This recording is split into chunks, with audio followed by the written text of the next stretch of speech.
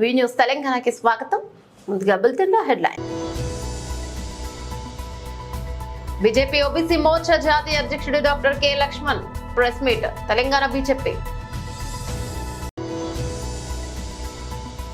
మెదక్ జిల్లాలోని ఏడుపాయల వనదుర్గ భవానీ ఆలయం జలదిగ్బంధంలో చిక్కుకుంది.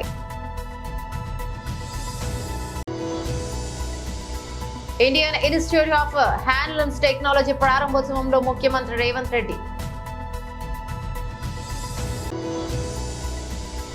ప్రజాకవి శ్రీ కాళోజీ నారాయణరావు జయంతి వేడుకలు తెలంగాణ భవన్. బీజేపీ ఓబీసీ మోర్చా జాతీయ అధ్యక్షుడు doctor K Laxman press meet. Telangana BJP. Congress అసమర్థన పాలన,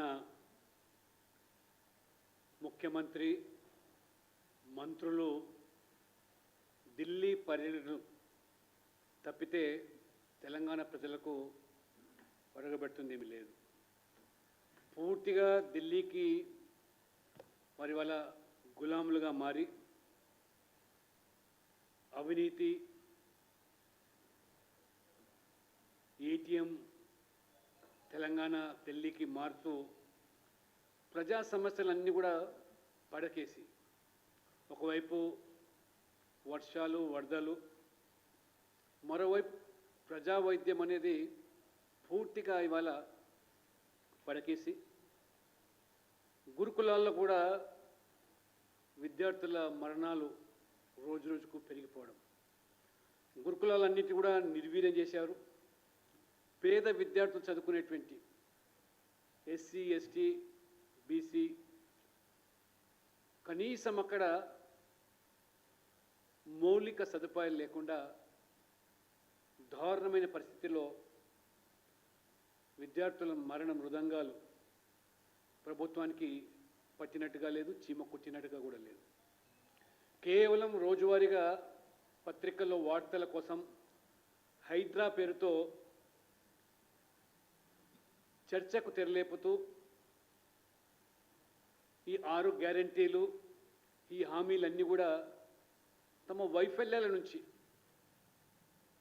కప్పిపుచ్చుకోవడానికి, శాంతి భద్రతల సమస్య నుంచి పక్కతో పట్టించడానికి ఇంతవరకు ఒక జీవో ద్వారానే హైడ్రా కార్యక్రమాలు కొనసాగించడం,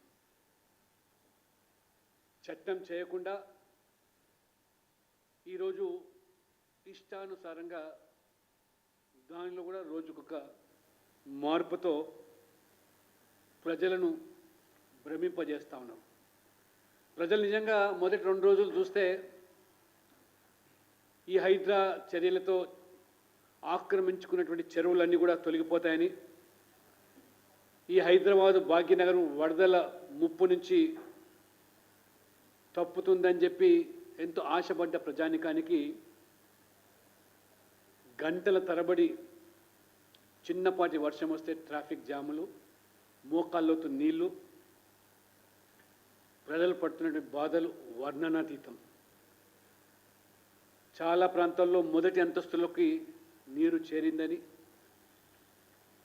కొన్ని ప్రాంతాల్లో పడవల్లో పయనించే దుస్థితి వచ్చినప్పటికీ కూడా కేవలం ఈ యొక్క డైవర్ట్ పాలిటిక్స్తో పబ్బం గడుపుకోవడం తప్పితే కాంగ్రెస్ ఈ 9 మాసాల్లో చేసింది ఏమీ లేదని ప్రజలు బేజారైపోతూ ఉన్నారు. ఒకవైపు అంటురోగాలు, వైరల్ ఫీవర్సు, ఎక్కడ చూసినా ఆసుపత్రులన్నీ కూడా, ప్రైవేట్ ఆసుపత్రులన్నీ కూడా కిటకిటలాడుతూ ఉన్నాయి. ప్రభుత్వ ఆసుపత్రుల్లో డాక్టర్ల కొరత, సిబ్బంది కొరత, దయనీయమైన పరిస్థితి, శిథిలావస్థలో కొన్ని ఆసుపత్రులు.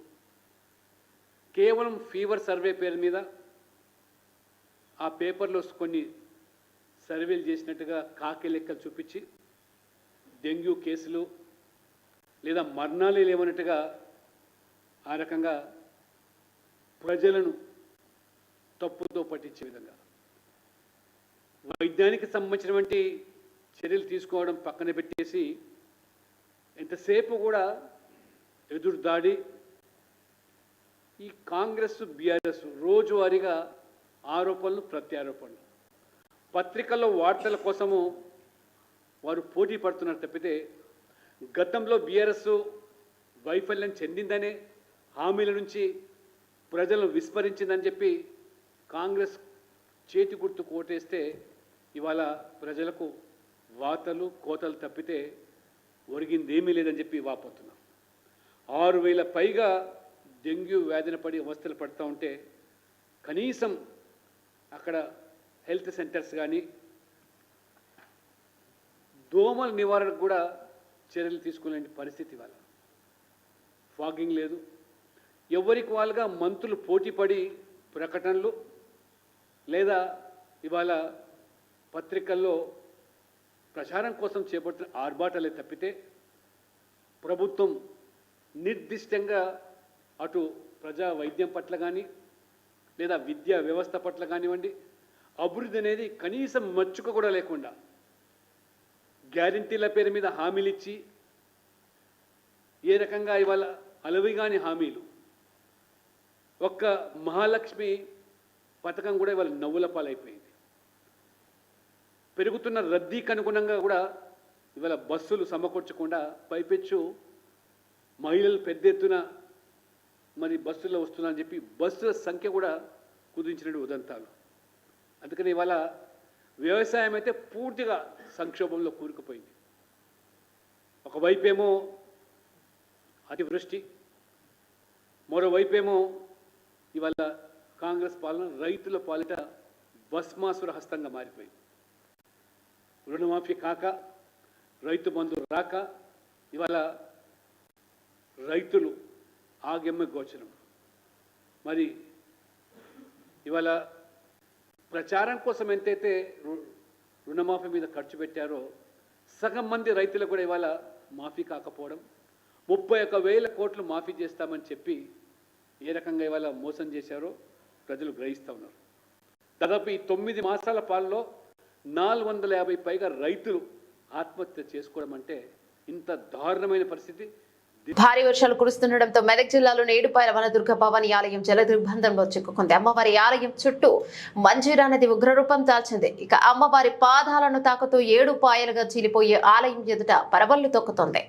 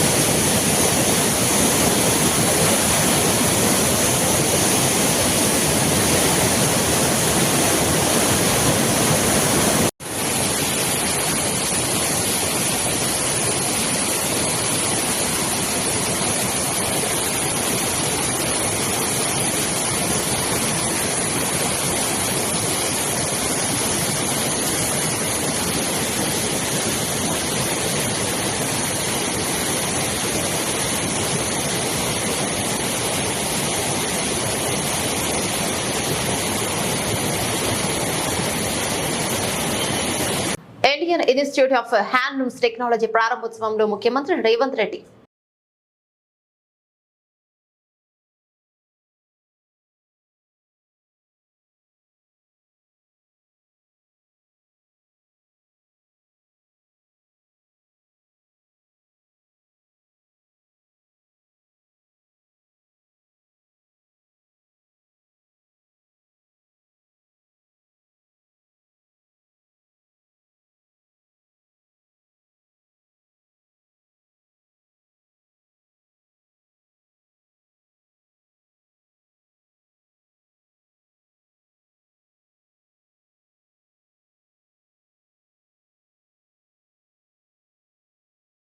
ప్రజాకవి శ్రీ కాళోజీ నారాయణరావు జయంతి వేడుకలు తెలంగాణ భవన్.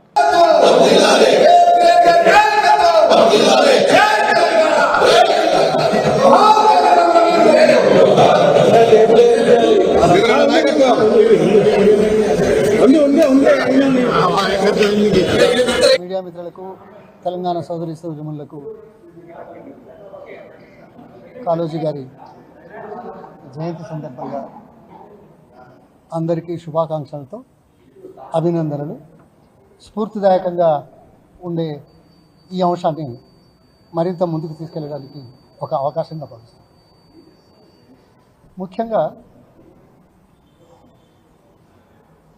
అన్యాయానికి ఎదురు తిరగడం, సమానత్వం కోసం పోరాటం చేయడం, ఎక్స్‌ప్లాయిటేషన్స్ తర్వాత దీన్ని అరికట్టడానికి గలం విప్పడమే కాకుండా కలంతో ప్రజల్లోకి వెళ్ళడమే కాకుండా అందరికంటే ముందుగా తెలంగాణ నాదం వారిదని చెప్పడానికి ఏమాత్రం ఆశ్చర్యంగానే వేరే కానీ లేదు అనేది చాలా స్పష్టంగా చెప్పాలి.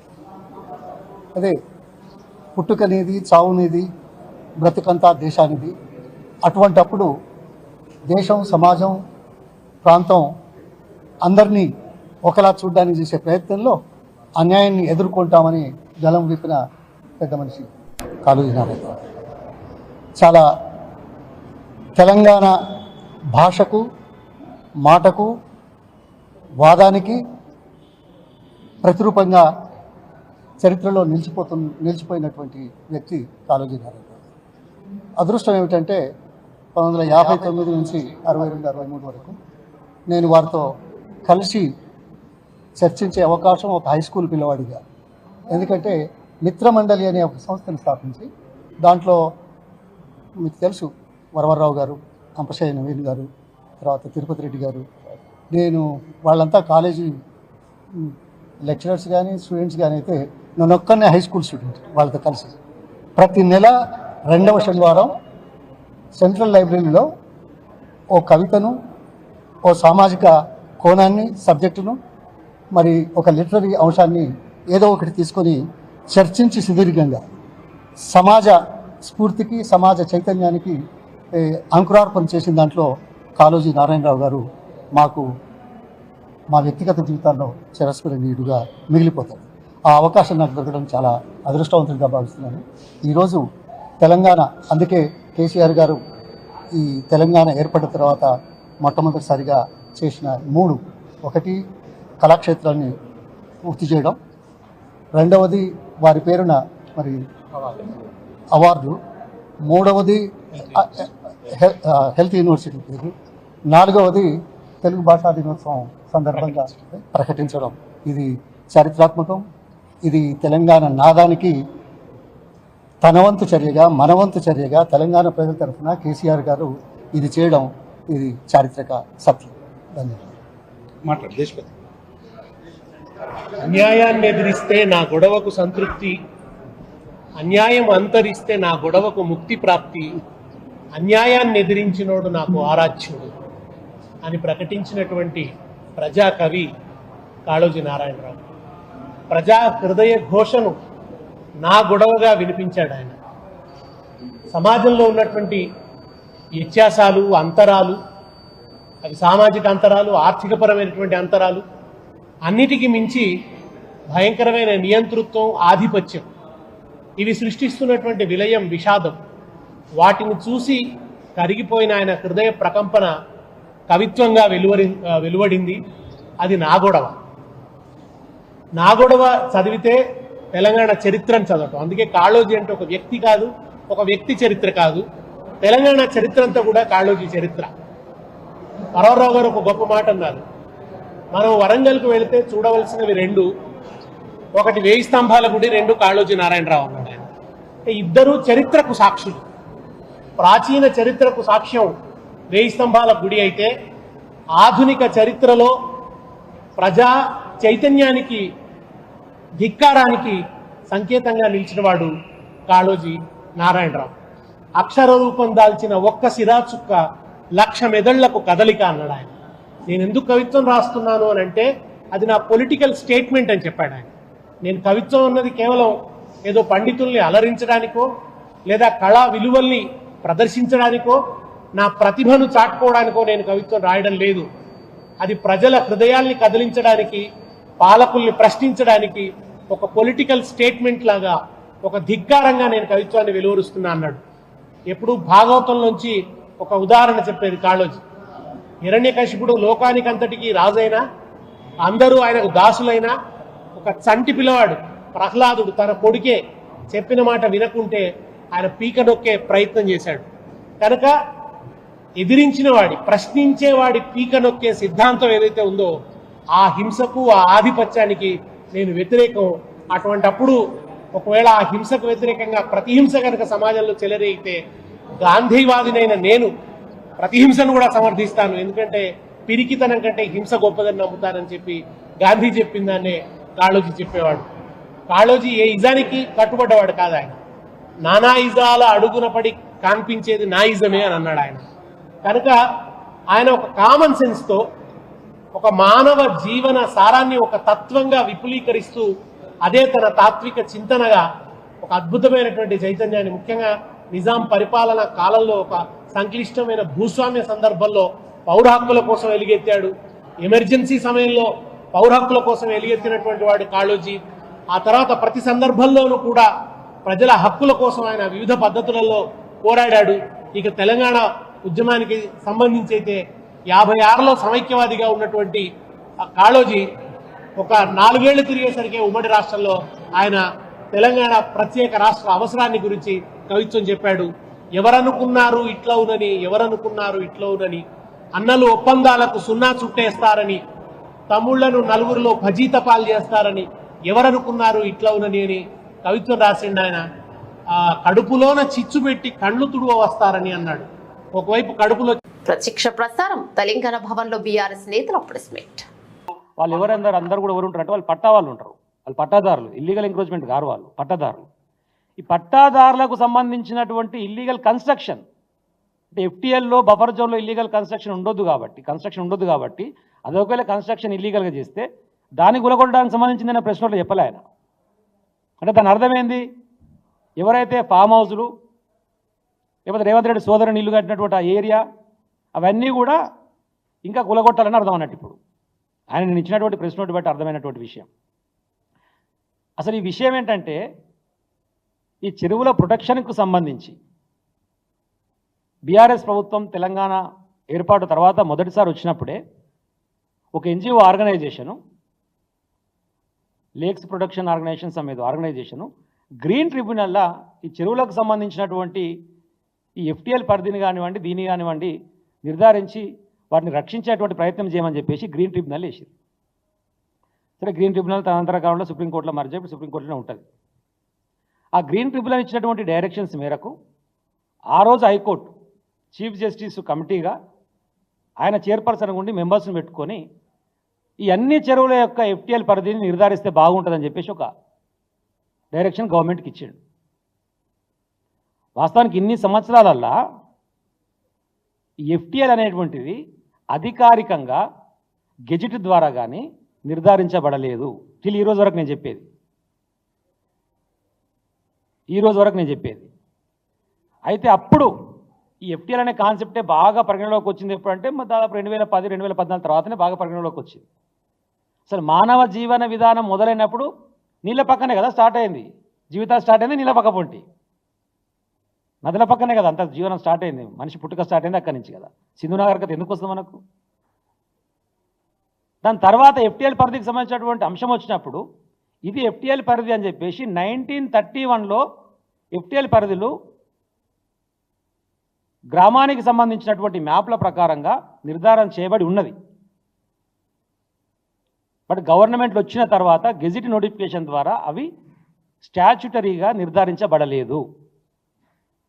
దాన్ని బేస్ చేసుకొని లేక్ ప్రొటెక్షన్ కావాలని చెప్పేసి గ్రీన్ ట్రిబ్యునల్ వేస్తే గ్రీన్ ట్రిబ్యునల్ ఇచ్చినటువంటి ఆదేశాల మేరకు అంటే డైరెక్షన్ మేరకు, సూచన మేరకు హైకోర్టు ఇచ్చినటువంటి డైరెక్షన్స్ మేరకు ఆ రోజు తెలంగాణ ప్రభుత్వం దాదాపు హెచ్ఎండిఏ పరిధిలో ఉన్నటువంటి వాటిలో 2569 చెరువులకు ప్రిలిమినరీ నోటిఫికేషన్ ఇచ్చింది. వాటి యొక్క ఎఫ్టీఎల్ పరిధిని నిర్ధారణ చేయండి అని. ఎఫ్టీఎల్ పరిధులు కూడా గతంలో మారుతుండే, ఒకసారి ఒకలాగా చెప్తుండే అధికారులు. కాబట్టి అట్లా కాదు, ఒక స్టాట్యుటరీగా దీని ఒక నిర్ధారణ చేయాలి. అప్పుడు దానికి పక్కా ఎఫ్టీఎల్ పరిధికి ఇదే అని నిర్ధారించబడితే దాని నుంచి బఫర్ జోన్ ఎంతనో తెలిస్తే కన్స్ట్రక్షన్స్ కూడా అభ్యంతరాలు రావు అనేటువంటిది ఆలోచన. 2569 చెరువులకు ప్రిలిమినరీ నోటిఫికేషన్ ఇస్తే ఈ రోజు వరకు కేవలం 264 చెరువులకు మాత్రమే ఫైనల్ నోటిఫికేషన్ అయిపోయింది. అంటే 264 చెరువులకు మాత్రమే ఎఫ్టీఎల్ పరిధి నిర్ధారించబడినది. Nothing but 10%. ప్రిలిమినరీ నోటిఫికేషన్ ఇచ్చినప్పుడు కూడా ఎవరైతే ఎఫెక్ట్ అవుతున్నారో, చెరువు భాగం ఉంటుంది, చెరువు భాగం పోను ఎఫెక్ట్ అవుతున్నటువంటి పట్టాదారులు ఎవరైనా ఉంటే కనీసం వాళ్ళకు నోటీస్ సర్వ్ చేయాలి. మాజీ మంత్రి శ్రీ గుడివాడ అమర్నాథ్ ప్రెస్ మీట్. వైఎస్ఆర్సీపీ మాజీ మంత్రి గుడివాడ అమర్నాథ్ ప్రెస్ మీట్. విజయవాడ ప్రకాశం బ్యారేజీ బోట్లు ఢీకొన్న సంగతి తెలిసిందే. ఈ బోట్లకు వైసీపీ రంగులు ఉండడంతో దీని వెనుక వైసీపీ కుట్ర కోణం ఉందని అధికార పక్ష నేతలు ఆరోపిస్తున్నారు.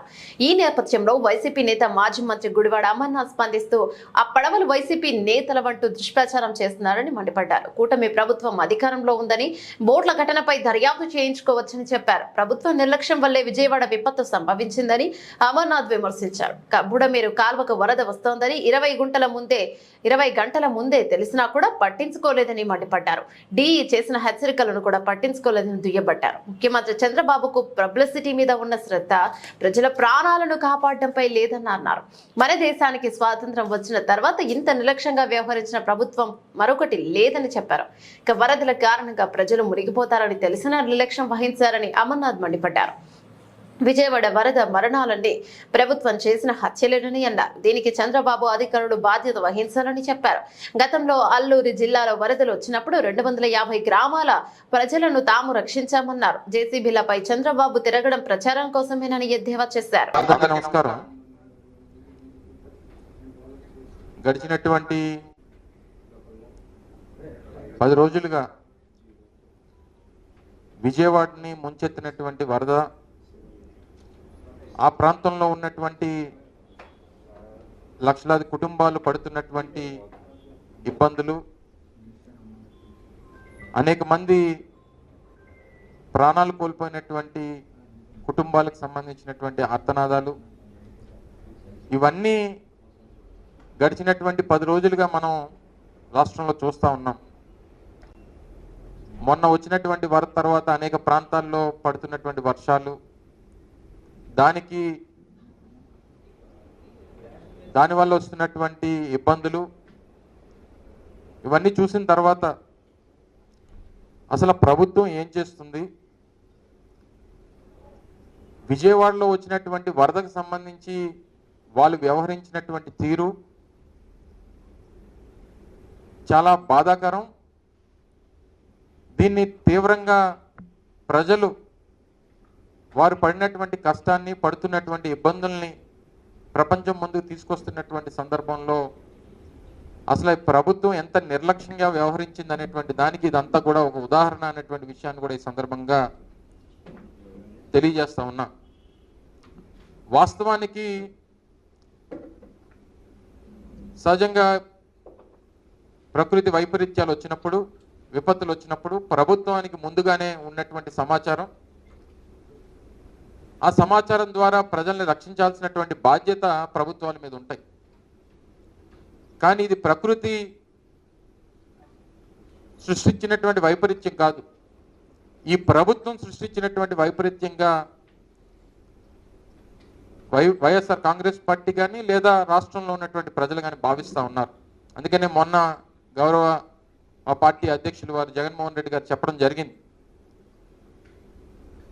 ఇది ఈ ప్రభుత్వం సృష్టించినటువంటి వైపరీత్యం, ప్రభుత్వానికి ముందే తెలిసి స్పందించాల్సినటువంటి తీరులో స్పందించకుండా ప్రజల్ని గాలి వదిలేసి ఈరోజు 45 మంది ప్రాణాలను బలిగొలినటువంటి ఈ కార్యక్రమాన్ని తీవ్రంగా ఈ ప్రభుత్వాన్ని ఖండించాల్సినటువంటి బాధ్యత ప్రతి ఒక్కరి మీద కూడా ఉంది.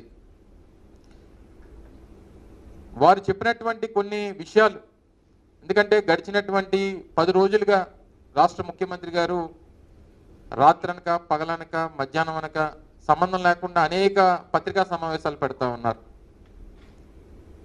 ఏ ఒక్క సందర్భంలో కూడా వారు మాకు ముందే తెలిసినా మేము దీన్ని సరైనటువంటి రీతిలో ఎందుకు మీరు స్పందించలేదంటే దానికి సమాధానం చెప్పేటువంటి పరిస్థితుల్లో రాష్ట్ర ముఖ్యమంత్రి గారు లేరు. ఎందుకంటే ఇటువంటి సంఘటనలు వచ్చినప్పుడు ఆయన పబ్లిసిటీకి దీన్ని వాడుకోవాలనేటువంటి ప్రయత్నమే ఆయనలో ఎక్కువగా కనబడుతుంది తప్ప ప్రజలకు ఏదన్నా కష్టం వస్తే ఆ కష్టం నుంచి వారిని ఎలాగా గట్టెక్కించాలనేటువంటి కనీస ఆలోచన చేసేటువంటి స్థితిలో ఈరోజు రాష్ట్ర ముఖ్యమంత్రి గారు లేరు. రోజులు గడుస్తూ ఉన్నటువంటి సందర్భంలో రోజుకు ఒక కొత్త విషయం బయటపడతా ఉంది. జరిగినటువంటి ఈ వైపరీత్యం, దీనికి గల కారణాలు, దీంట్లో ప్రభుత్వం ఏ రకంగా స్పందించింది, ఎంత నిర్లక్ష్యంగా వ్యవహరించింది,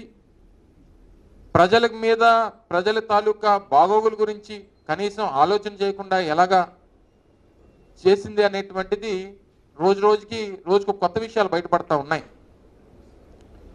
సహజంగా మేజర్ లాస్ ఈ ఇన్సిడెంట్లో బుడమేరు సంబంధించినటువంటి ఛానళ్ళు వచ్చి బంగ్లాదేశ్ తో 2 టెస్టులు సిరీస్ లో భాగంగా ఈ నెల 19 నుంచి జరిగే తొలి టెస్ట్ కు టీమిండియాను ఎంపిక చేశారు. 15 మందితో కూడిన జట్టు వివరాలను బీసీసీఐ నేడు వెల్లడించింది. కెప్టెన్ గా రోహిత్ శర్మ కొనసాగుతున్నాడు. దేశవాళీ పోటీలో విశేషంగా రాణిస్తున్న ఫాస్ట్ బౌలర్ ఆకాశ్ దీపక్ టీమిండియాలో స్థానం లభించింది. డాషింగ్ బ్యాటర్ సర్ఫరాజ్ ఖాన్ మరోసారి టీమిండియా టెస్ట్ జట్టుకు ఎంపికయ్యాడు.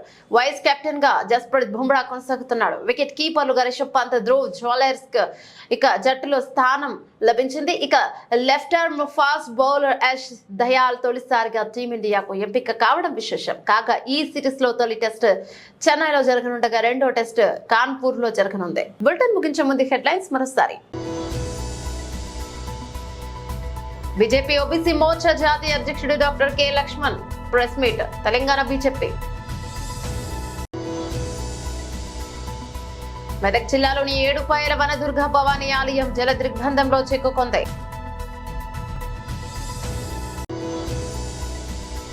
Indian institute of handlooms technology ప్రారంభోత్సవంలో ముఖ్యమంత్రి రేవంత్ రెడ్డి.